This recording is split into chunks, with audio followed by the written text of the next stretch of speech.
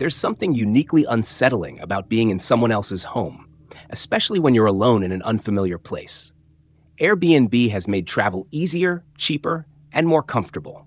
But behind the curtain of cozy listings and five-star reviews, some guests have stumbled into nightmares they never saw coming. Tonight, we'll explore 3 chilling stories of ordinary people who booked what seemed like the perfect getaway, only to find themselves trapped in something far more sinister.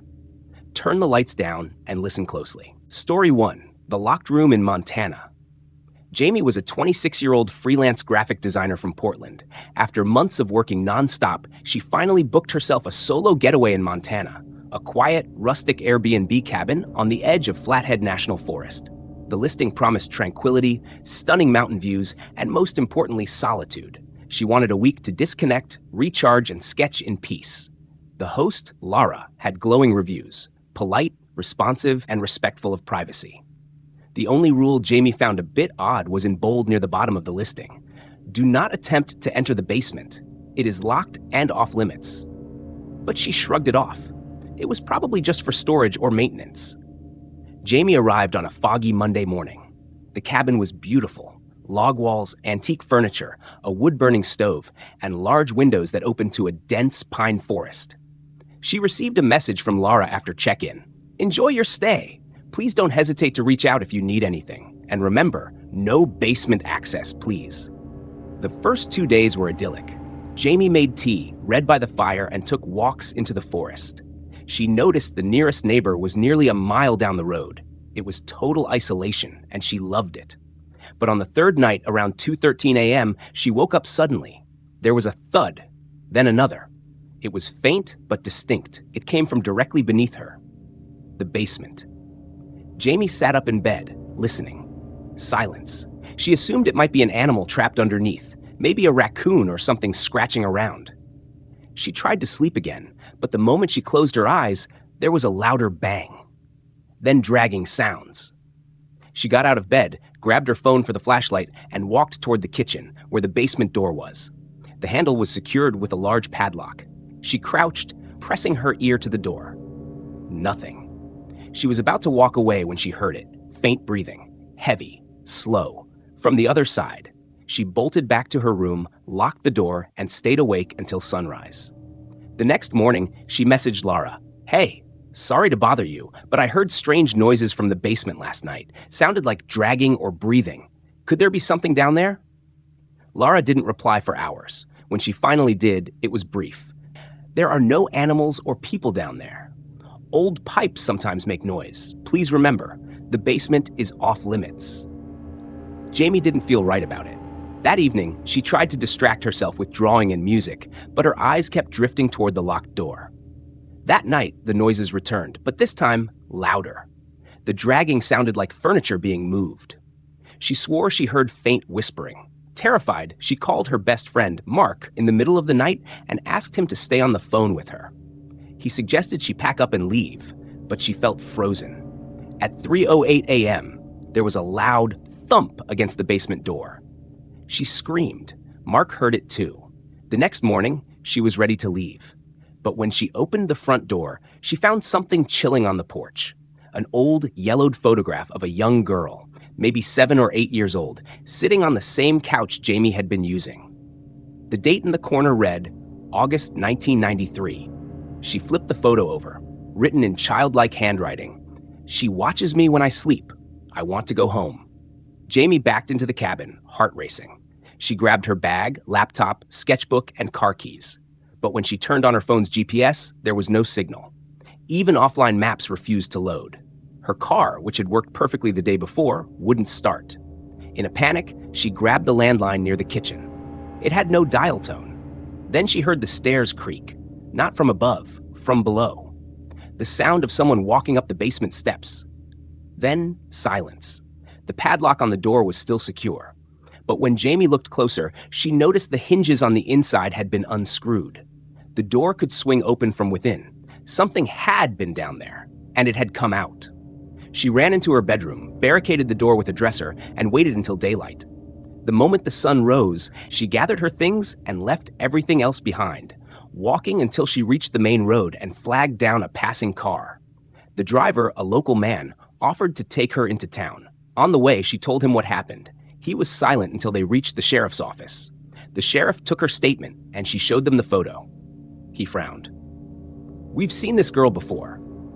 Jamie's blood ran cold. The sheriff explained that the cabin used to belong to a reclusive couple who fostered children in the early 1990s. Multiple kids went missing over a span of 5 years. No charges were ever filed, and the couple disappeared in 1998. When the sheriff contacted Airbnb, they said there was no host by the name of Lara registered for that listing. The account had been deleted days ago. All reviews wiped. The cabin was boarded up shortly after. Jamie's sketchbook, left behind, was later recovered by local police. One page stood out. It was a drawing she didn't remember making. A small figure crouched in the corner of a room, long black hair, hollow eyes, and behind her, a door swinging open. Story 2, the surveillance cabin in Utah. Elliot and Rachel were newlyweds from Phoenix, Arizona, both in their late 20s, planning their honeymoon as a blend of adventure and seclusion. Instead of a beach resort, they chose to spend a week exploring Zion National Park and staying in a secluded, high-tech Airbnb cabin deep in the Utah wilderness. The listing was impressive. Smart cabin with panoramic views, solar-powered, total privacy. The photos showed a sleek, modern wooden structure with large windows, a wraparound deck, and minimalistic interior decor.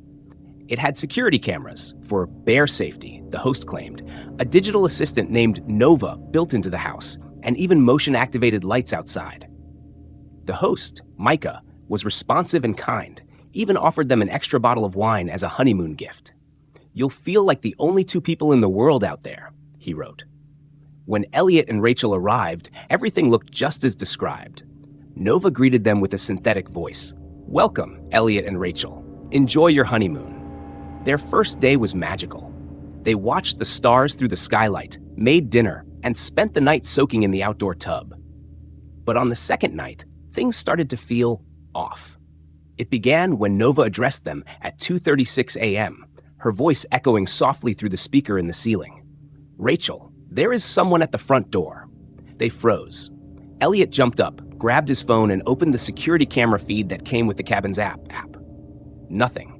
The porch was empty, but the motion-activated light had been triggered. Then Nova spoke again. "Movement detected. Perimeter camera 3. This time, Elliot checked all camera angles. A flicker, just a flash of something near the tree line. Could have been a deer, he reasoned. Or wind. The next day, they messaged Micah asking if anyone else had access to the property. He replied, "No, you're the only guests on the entire 20-acre stretch. No neighbors for miles." Rachel joked nervously. Maybe Nova just wanted attention. That night, after returning from a hike, Elliot noticed something strange. The wine bottle Micah had left them, unopened, was now missing. He checked the fridge, the trash, every cabinet. Gone. Rachel swore she hadn't touched it. They also noticed the door to the basement utility room, locked when they arrived, was slightly ajar. "Maybe Micah came by and forgot to tell us?" Elliot guessed. But Rachel was growing uneasy. "What if he's watching us?" she whispered. "What if those cameras aren't for safety?" Nova, from her unseen perch, spoke again at 11:02 p.m. Basement door opened. System override detected. Elliot stared at Rachel. "System override," he repeated. He rushed to the basement, now fully open. It was pitch dark. He pointed his flashlight and slowly descended. At the bottom, a server rack, wires snaking into the walls, multiple monitors. Each showed live footage from cameras, not only in the common areas, but also the bathroom, bedroom, even the shower. The screens showed them, footage from earlier that day. Rachel brushing her teeth, Elliot changing clothes. "Jesus Christ," he whispered. On the table sat a hard drive labeled Guests 2021-2023. He took photos of everything, then bolted upstairs. Rachel was trembling. "We have to leave. Now." As they grabbed their things, Nova said again, "System override. Lockdown initiated." The front door clicked. The windows slid shut. The cabin locked itself. Rachel screamed and pounded the glass. Elliot tried to shut down Nova manually, but couldn't find any controls. Every attempt to use their phones was met with the same screen. No signal, no Wi-Fi. Then they heard it, a drone, a soft buzzing sound outside. Through the window, they saw a black quadcopter circling the cabin. Attached beneath it, a camera. It hovered, staring through the window. Then Nova spoke once more. Smile for the archive. Elliot grabbed a fireplace poker and smashed a window. Alarms shrieked. He and Rachel ran barefoot into the night, through the trees, into total darkness. They didn't stop until they reached a ranger station 6 miles away, scratched, bruised, and shaking. The rangers called the local sheriff, who went to investigate. But when the police arrived, the cabin was gone. Not destroyed, not ransacked, just gone. Only a concrete slab remained where the building should have been. No furniture, no wires, no Nova, just a burnt patch of earth.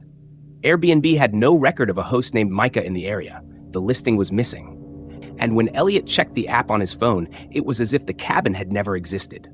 A few days later, Elliot received a package in the mail. No return address. Inside was a USB. On it, video clips from inside the cabin. Him and Rachel, every private moment. And one final file, dated the night they escaped. It showed a thermal image of them running through the woods. Captioned, Guests 129, terminated, archive complete. Story 3, The Locked Room. Amelia was a seasoned solo traveler from Vancouver, Canada. At 31, she had explored over 30 countries and was known for her detailed travel blog, Wander with Amelia. Her readers loved her authenticity and her knack for uncovering hidden gems, places no guidebook mentioned. In 2022, she planned a 6-week stay in Spain, with Barcelona as her home base. She booked a charming 1-bedroom Airbnb in the Gothic Quarter. The apartment was in a centuries-old building, full of character, exposed brick, and winding staircases. The listing was called Historic Flat with Secret Charm. The host, Marta, was polite but distant. She left the key in a lockbox with a message, Please enjoy your stay, but do not enter the storage room at the end of the hall. It is strictly off-limits. That immediately intrigued Amelia. She even joked in her vlog, you know what they say, tell a travel blogger not to open a door, and that's all she'll think about for 6 weeks.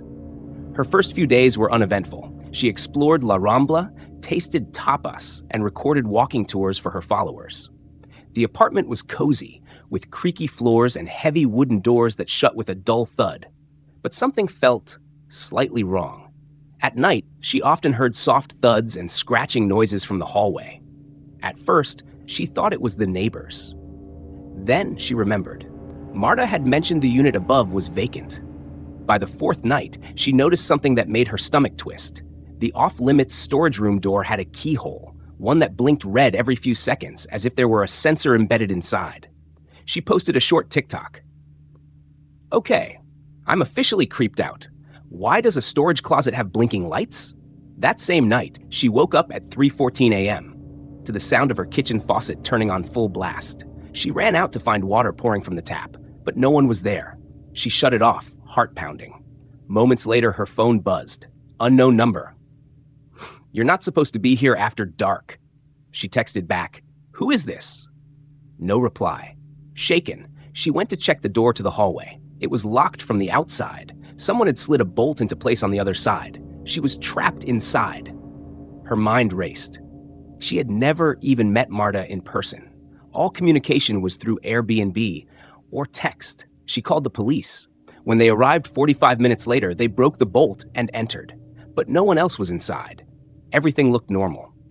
Amelia tried to explain the blinking door, the water, the text, but the officers exchanged skeptical looks. She didn't sleep that night. The next day, she decided to investigate the locked room. She pressed her ear to the wood. Silence. She slid a hairpin into the lock and jiggled. Click.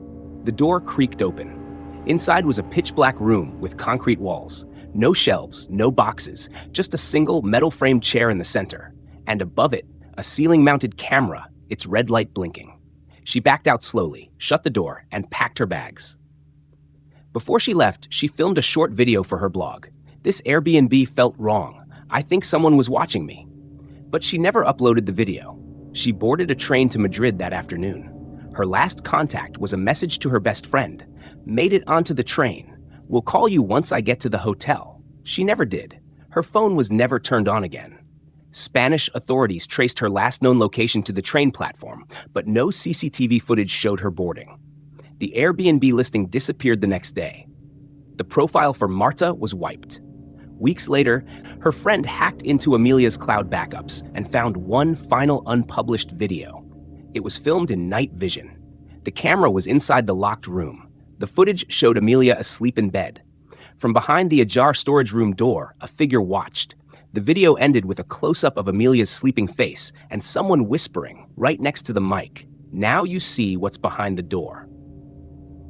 If these stories left you uneasy, you're not alone. Sometimes the places we trust the most, our homes, hotels, or quiet getaways, hide the darkest secrets. Stay alert, trust your instincts, and remember, not every disappearance has an explanation.